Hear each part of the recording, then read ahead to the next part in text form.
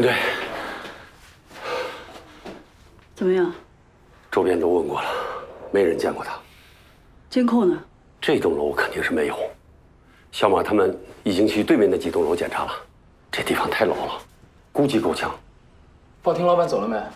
没走的话，让他带你沿路摸一摸，看看有没有别的探头拍到他。行，我们现在就去。赶紧去。好。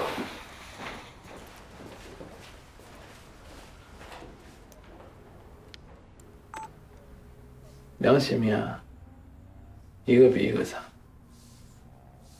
这种情况常见吗？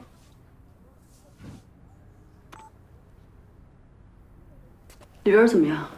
有明显被擦过的痕迹，凶手应该有点意识，估计很难找到别的线索。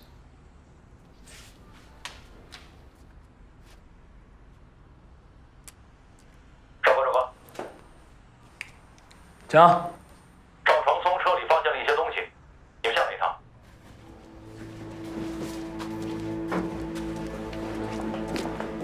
在车上，我们发现3组头发，其中最长的一组在后座上发现的，应该是李佳佳的。其他2组，如果幸运的话，应该有凶手。对比需要多长时间？我们尽快吧。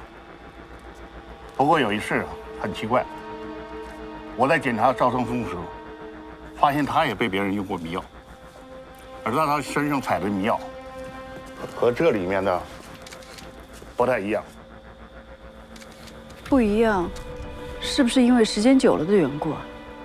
不会的，赵成松被那种迷药喷射过后，整个人的意识虽然保持清醒，但是身体会在极短的时间内陷入麻醉状态，而这种呢，就会让人慢慢的进入瘫软状态。这2种东西不是简单的浓淡程度的不同，而是本质上原材料和工艺原理的差异。那凶手为什么会搞这么复杂，准备2种迷药？这个我也不懂。这个，老大，街对面2个监控探头应该能拍到凶手。拿到了吗？刚确定监控是开着的，晚一点可以拿到视频。行。林队，今天辛苦了，早点回去休息。老蒋，你赶紧弄，弄完早点收。好好，我先忙了。我们也快了吧。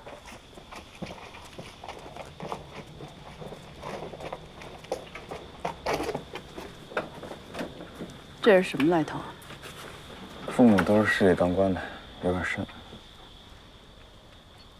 老大，我和老方都跟局长聊过了，只要这家伙 OK， 局长说同意你回来重新调查。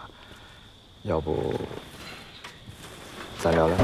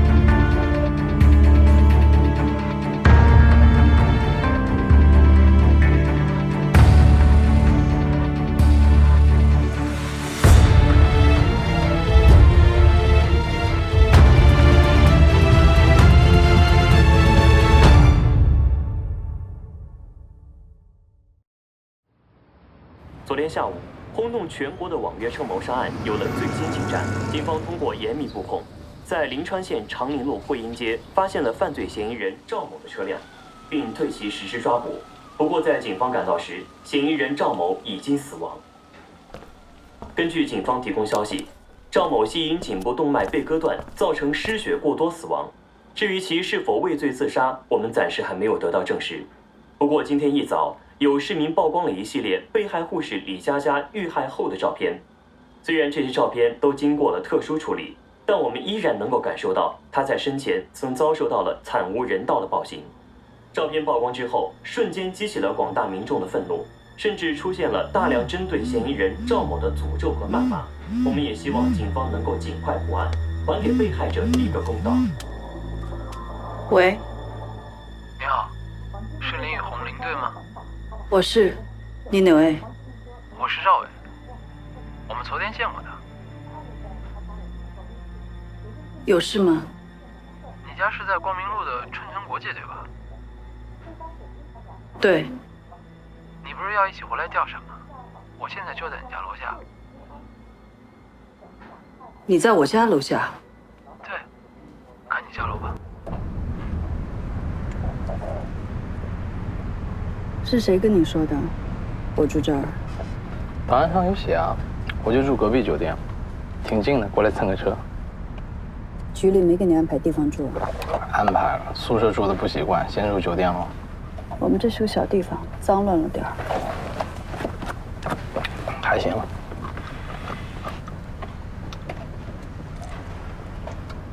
你是专门为了这案子来的？嗯，还是有别的什么任务？哪有什么任务？能把这案子弄明白就不错了。不过有一点我一直没想明白，你说如果案发当晚开车的不是赵长松，那为什么要接你电话，还跟你聊半天？这个我也没想明白。他女儿没听出他声音？跟他通话的时候，对方好像一直都没有说话。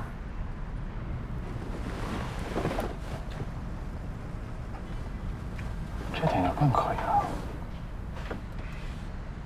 谢谢啊，谢什么呀？同意我回来继续调查。你可别误会，我哪有那么大权利啊？王局的意思，昨天的事他知道了，他觉得还是你更适合干这个，所以才让我联系你，让你回来领导大家。我没办法，以后还得替你拆线。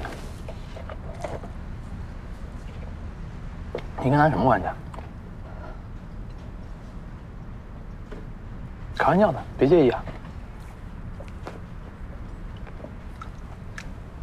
对了，监控拿到了，昨天那个小区对面那栋楼的，说拍到一些东西。老大，这是街道对面监控拍到的，注意看最远处车子旁边那个男的。这么远？哦，等一下还有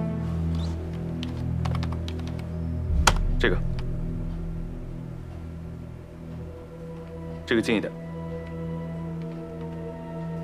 基本上都是背面，我已经逐帧看了，从头到尾都没有露过脸，而且画面也不是很清楚。能处理一下吗？已经弄了，但是他们现在还在试。报亭老板那边也确认过了，从体型上看，当时经过他报亭的应该就是监控上这个人，不是赵长松。李佳佳的尸检报告出来了吗？在这儿。大体和现场调查的差不多。总之呢，他当时被打的就是不过有一点啊比较可疑，就是除了他头部被打以外，凶手其他什么都没有做。什么也没做，光杀人。反正现在看是挺奇怪的。车里找到的头发呢？正在验，还需要点时间。催他们快一点。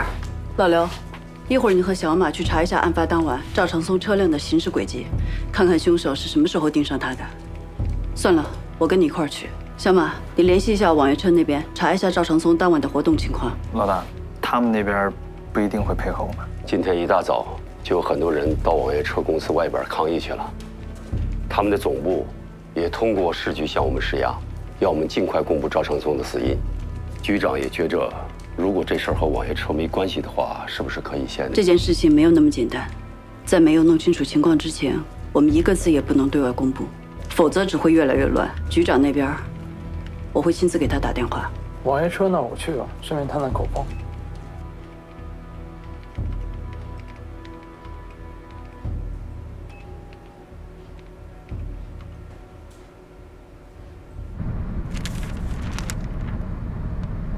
老刘，帮我摸一摸赵伟的底，看看这个人什么来头。查吧。行。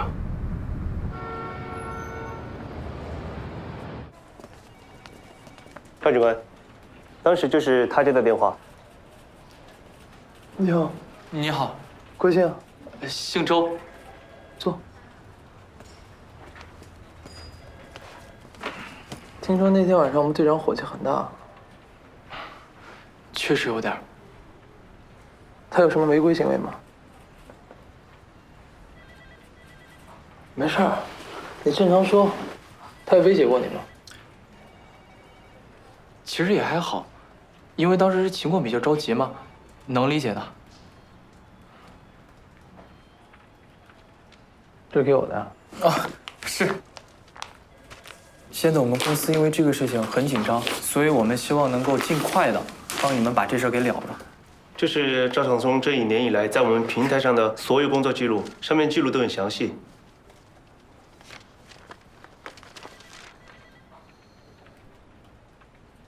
案发当晚他一单都没有接啊？没，整个晚上都没有，一直到半夜3点才第一次登录我们的平台。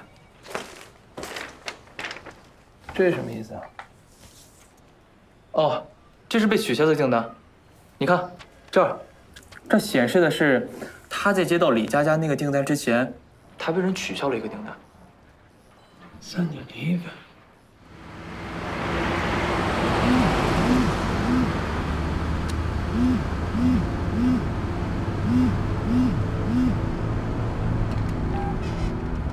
喂，根据赵长松家人所描述的情况，他是案发当晚8点左右离开家的。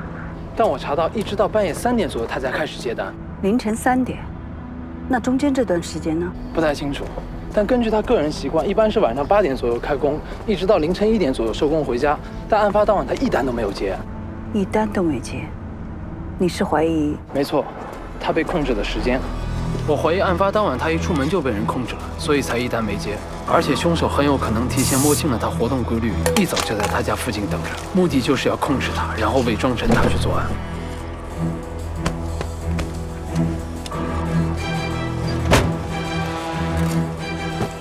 而且案发当晚，李佳佳在上车时，赵长松应该就在车的后备箱里。师傅你好。还有，凶手在接走李佳佳之前，曾拒绝过医院另外一名护士的订单。拒绝？能联系上这个护士吗？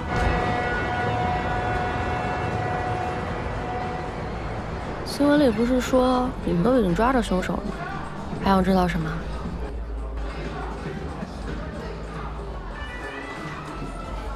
没什么吧？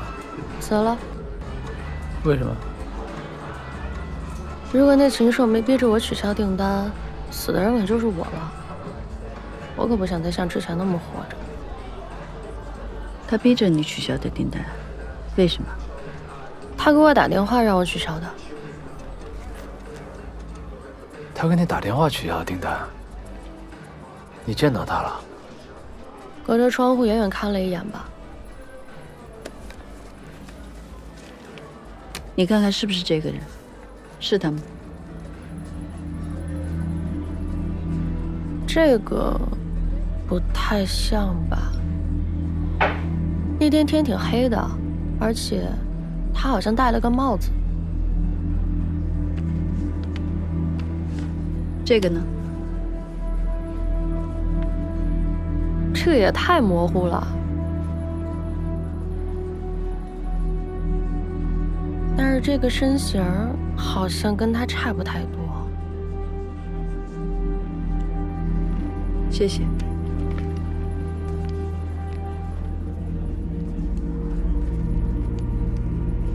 你认识李佳佳？我们一个科室的。那天你们是同时下班的？最近我们都是3点交班。最近你们都3点？最近你们都3点交班？嗯。几个人值班？夜班就我俩，一直这样，一直这样。你好好再想一想，你们那天通电话的时候，他还有说别的吗？别的，好像也没有吧。哦，他当时接电话说让我取消订单，说他那边取消不了，啊，还说要接别人。他说他要接别人。对，我当时特别生气。你说你要接别人，你还接个屁的单啊！而且我一出门就看到他车就停医院门口，要不是旁边有出租，我肯定找他吵架。凶手登录网约车平台的时间是2点53分，也就是说他目标应该是3点下班的人。医院晚上进进出出的人又很少，他却拒绝了郑佳怡的订单，为什么？他一开始的目标就是李佳佳。这个郑佳怡更年轻也漂亮，他连面都没见过就取消他的订单。或许他有自己的爱好呢，一周发型、身材、样貌。男人只喜欢更年轻的。喂，老大，怎么了？喂，小马，你在哪？我刚到家。你马上去趟县医院。现在啊，我刚拿着外卖。你去查一下李佳佳出事当天，医院里有没有出现过什么可疑人员？整个医院？你说呢？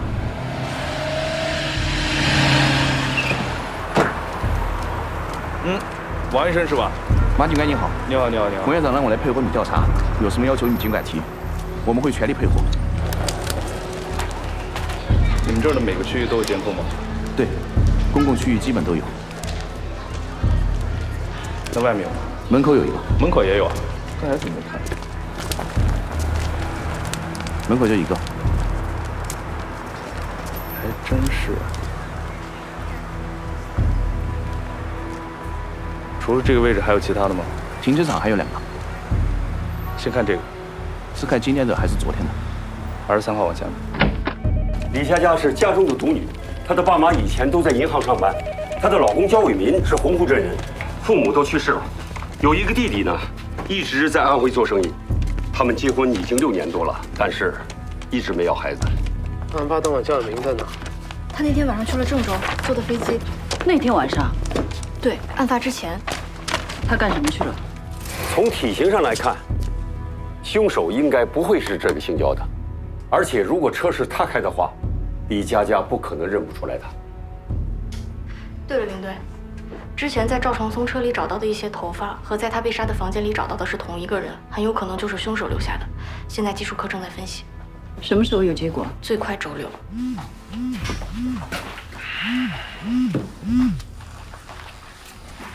喂，老大，监控查到了，李佳佳出事之前，有一个男的一直在跟踪她，而且先后出现了好多天。他应该是早就被盯上了。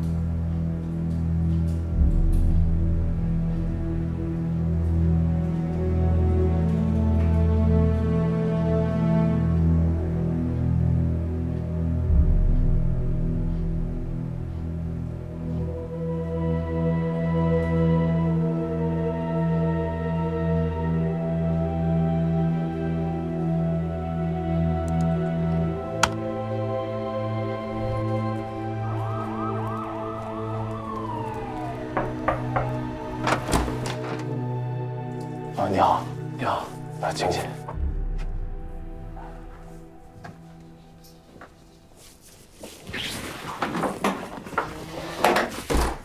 你们请便吧，我去给你们倒点喝的。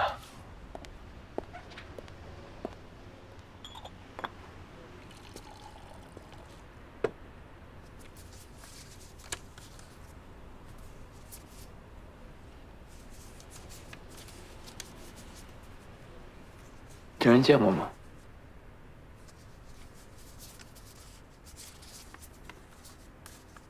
从来没见过。是有什么新情况吗？我们发现，在男人出事之前，这个人一直在跟踪他。出事之前，什么意思？我们现在怀疑你爱人的死，不是巧合，有可能是蓄意谋杀。到底怎么回事？到底怎么回事？你先别激动。现在情况我不太方便跟你多透露。你跟我聊聊你爱人，看他拍了不少广告片是吧？都是拍着玩的。在电视台认识几个熟人，没什么事的时候就过去帮着拍一拍，赚点零花钱。你没有小孩，结婚以后？他身体不太好，所以结婚这6年也一直没要孩子。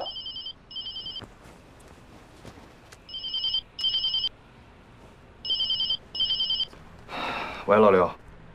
医院跟踪李佳佳的嫌犯身份已经确认了，叫黄胜龙。就住长康路33号矿业家属楼4单元103号，离你们那很近。好，我马上过去。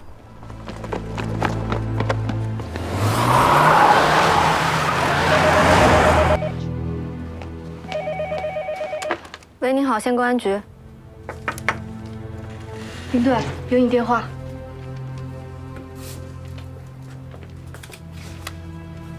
喂，哪位？领队，我是县人民医院的王护士长，我们之前见过面。哦，你好，有事吗？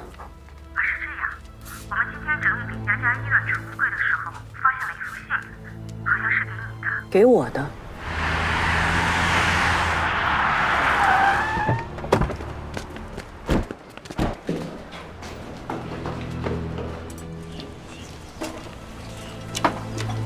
你好，这是黄胜龙家吗？有事吗？哎，你好，我们刑警队的，人在家吗？出去了。去哪儿了？我怎么知道？一大早匆匆忙忙就走了。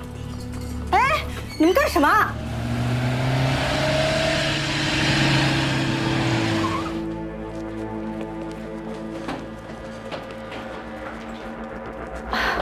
领队你好，科长，是这样的，昨天我们清理了李佳佳的储物柜，准备拿给新来的同事用。可是他今天一打开柜子，就发现了这个。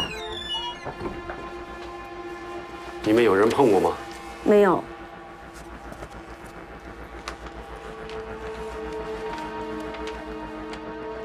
焦伟民和黄胜龙，看来他俩是认识的。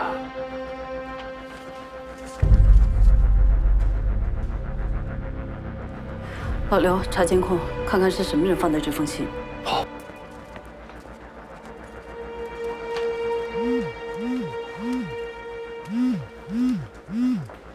喂，我刚刚确认了，23号李佳佳出事那天晚上，焦伟民确实是买了一张晚上8点飞往郑州的机票，但是根据机场的记录显示，焦伟民根本就没有上飞机。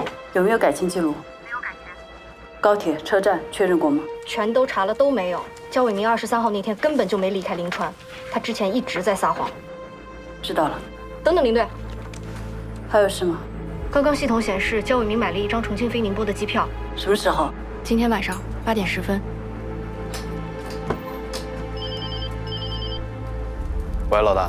这焦伟民，他才是背后主谋。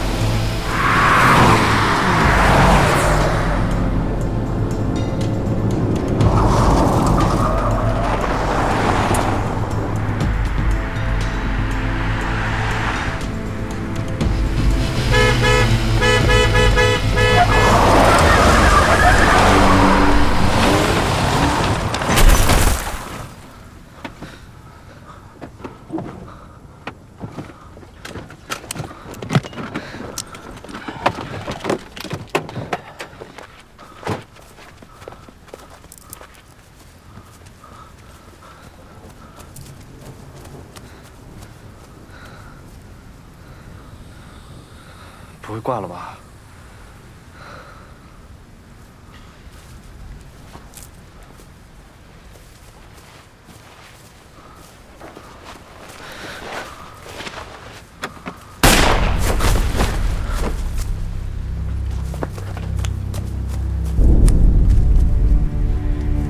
救命！别动！站住！别跑！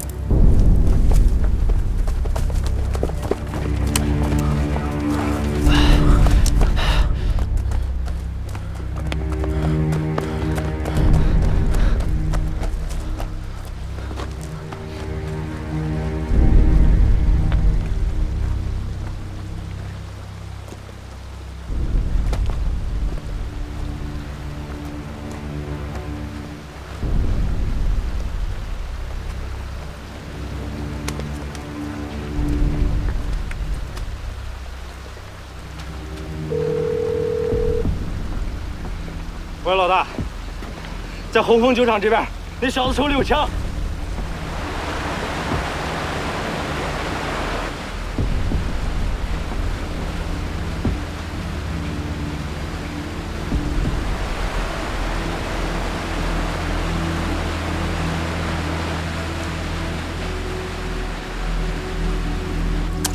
救命！别动！再动开枪了！救命！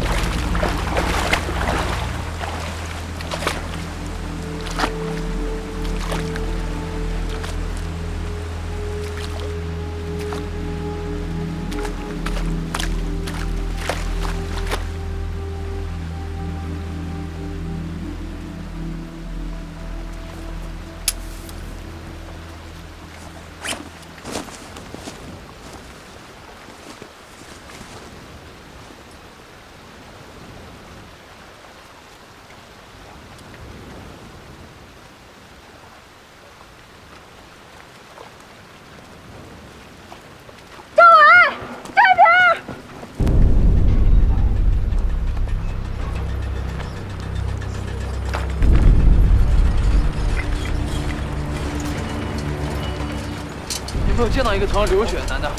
没看到。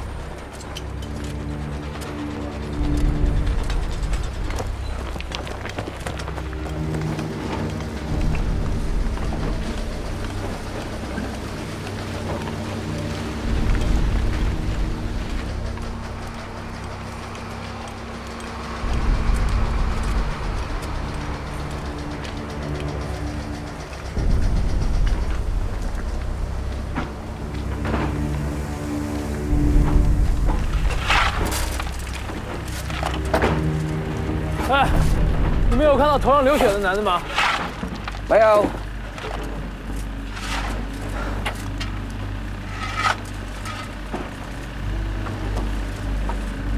监控室在哪？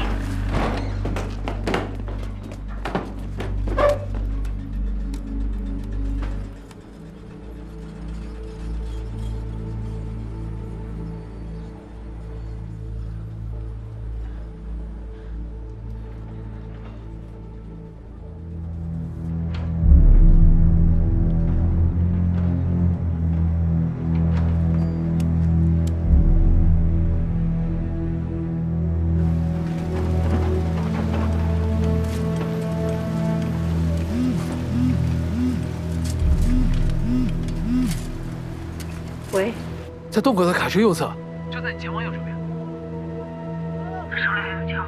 应该没有了。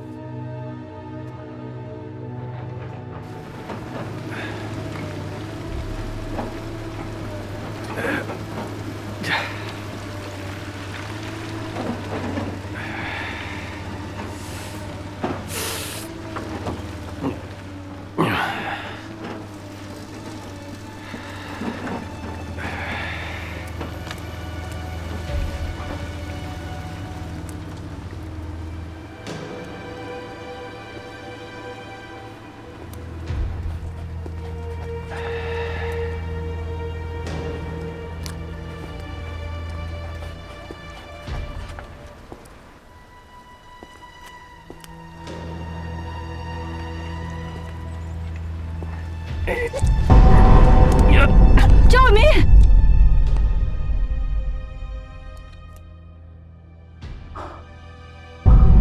搞什么？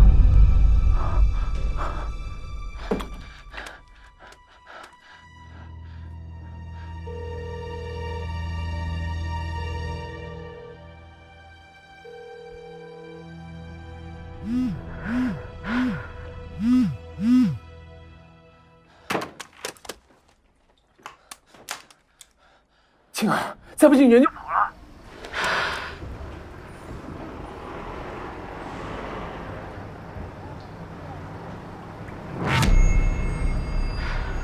青儿，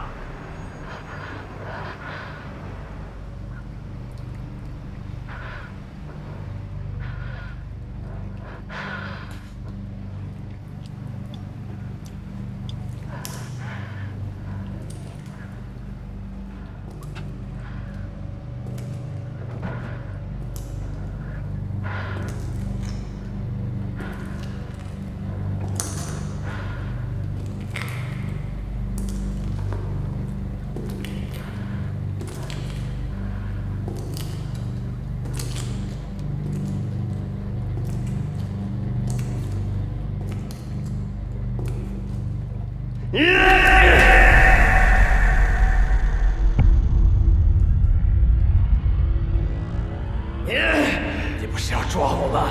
我让你抓！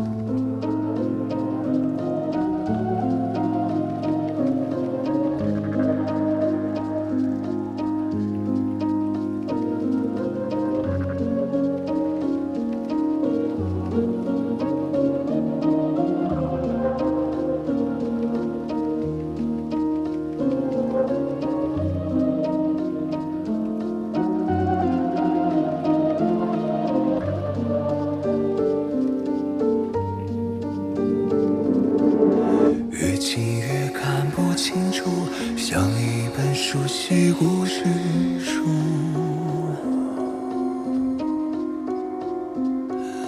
真相在渐渐模糊，像冬天轻片起了雾，想挣脱束缚，又陷入逃不开爱的桎梏，是人都有错误，却不是都渴望宽恕。每个人寻觅的幸福，藏匿在灯火阑珊处，挥霍掉经年累月的赌注，体会捶胸顿足的领悟。等到惩罚被解除，才知生命本痛苦。这城市喧哗的陌路，只残留安静的孤独。谁知道这场薄命的演出，只是身不由己的旅途，用尽全身解数，始终走不出迷。